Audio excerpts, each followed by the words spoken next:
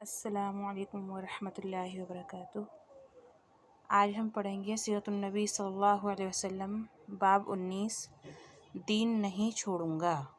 حضرت ابو بکر صدیق رضی اللہ تعالیٰ عنہ کہتے ہیں، جب میں یمن میں اپنی خریداری اور تجارتی کام کر چکا تو رخصت ہونے کے وقت اس کے پاس آیا، اور اس وقت اس نے مجھ سے کہا، میری طرف سے چند شعر سن لو جو میں نے اس نبی کی شان میں کہے ہیں۔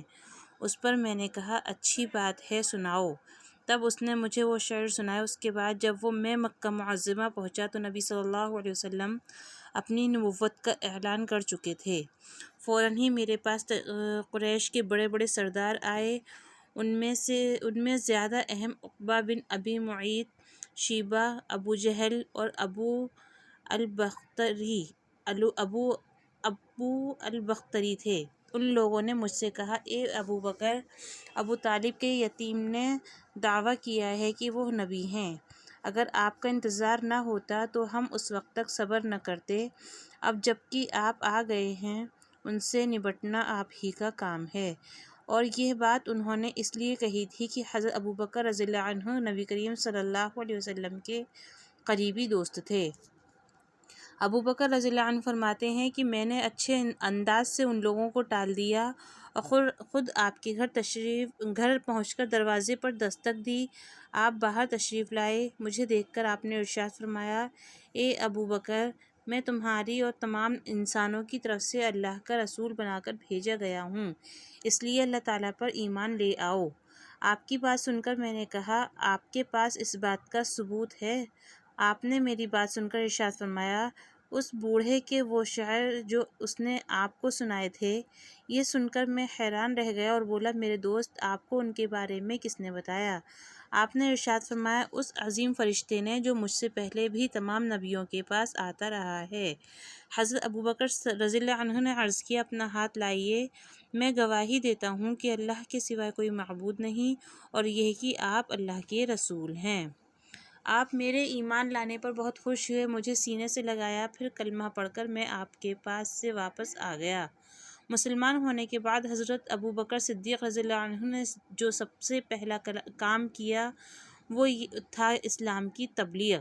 انہوں نے اپنے جاننے والوں کو اسلام کا پیغام دیا، انہیں اللہ اور اس کے رسول کی طرف بلایا۔ چنانچہ ان کی تبلیغ کے نتیجے میں حضرت عثمان بن عفان رضی اللہ عنہ مسلمان ہوئے۔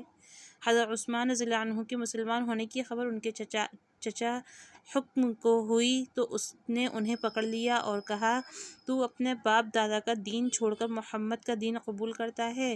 اللہ کی قسم، میں تجھے اس وقت تک نہیں چھوڑوں گا جب تک تو اس دین کو نہیں چھوڑے گا۔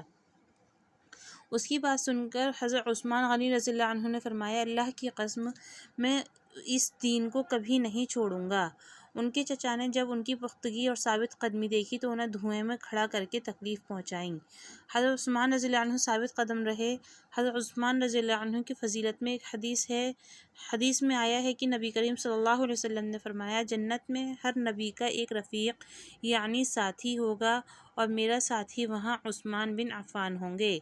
حضرت ابو بکر رضی اللہ عنہ نے اسلام کی تبلیغ جاری رکھی۔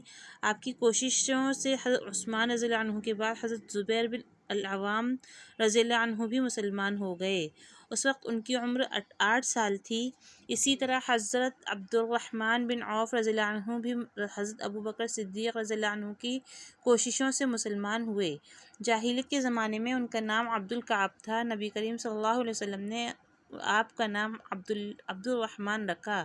یہ عبد الرحمن بن عوف رضی اللہ عنہ کہتے ہیں، امیہ بن خلف میرا دوست تھا۔ ایک روز اس نے مجھ سے کہا، تم نے اس نام کو چھوڑ دیا جو تمہارے باپ نے رکھا تھا؟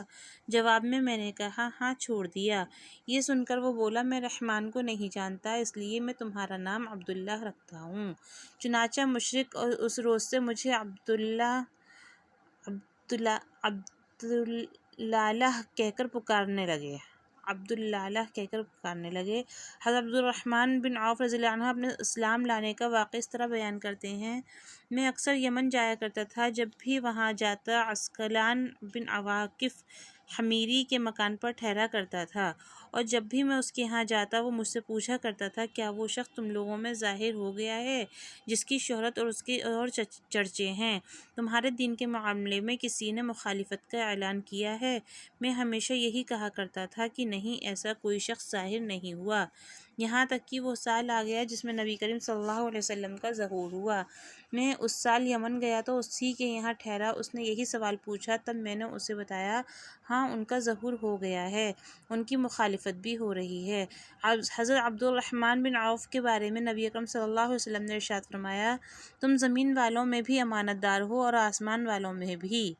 حضرت عبد الرحمن بن عوف رضی اللہ عنہ کے بعد حضرت ابو بکر صدیق رضی اللہ عنہ نے حضرت سعد بن ابی وقاص رضی اللہ عنہ کو بھی اسلام کی دعوت دی۔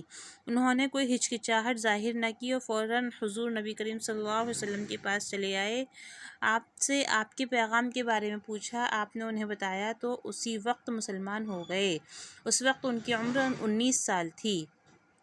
یہ بنی زہرہ کے خاندان سے تھے۔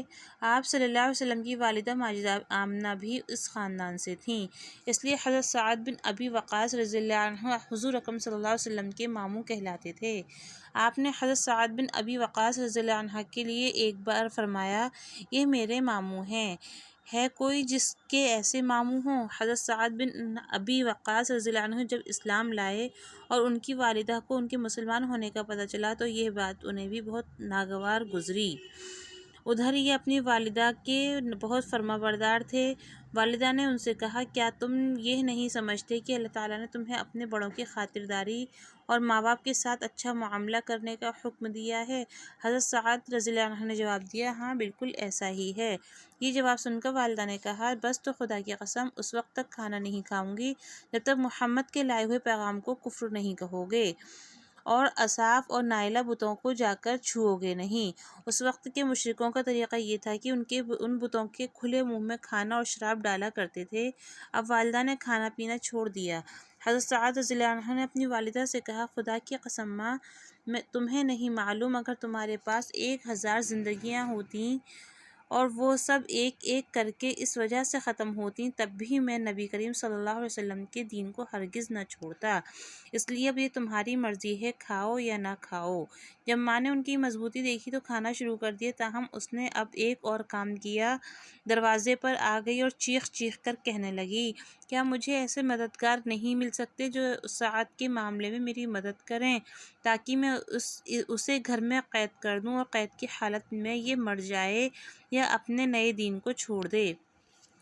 حضرت سعد فرماتے ہیں میں نے یہ الفاظ سنے تو ماں سے کہا میں تمہارے گھر کا رخ بھی نہیں کروں گا۔ اس کے بعد حضرت سعد رضی اللہ عنہ کچھ دن تک گھر نہ گئے اور والدہ تنگ آ گئیں اور اس نے پیغام بھیجا تم گھر آ جاؤ، دوسروں کے مہمان بن کر ہمیں شرمندہ نہ کرو۔ چنانچہ یہ گھر چلے آئے اور اب گھر والوں نے پیار محبت سے سمجھانا شروع کیا۔ ان کے بھائی عامر کی مثال دے کر کہتی دیکھو عامر کتنا اچھا ہے، اس نے اپنے باپ دادا کا دین نہیں چھوڑا۔ لیکن پھر ان کے بھائی عامر بھی مسلمان ہو گئے۔ اب تو والدہ کے غیظ و غضب کی انتہا نہ رہی۔ آج ہم نے پڑھا تھا باب 19۔ انشاءاللہ اگلی ویڈیو میں باب 20 پڑھیں گے۔ تب تک کے لیے اللہ حافظ۔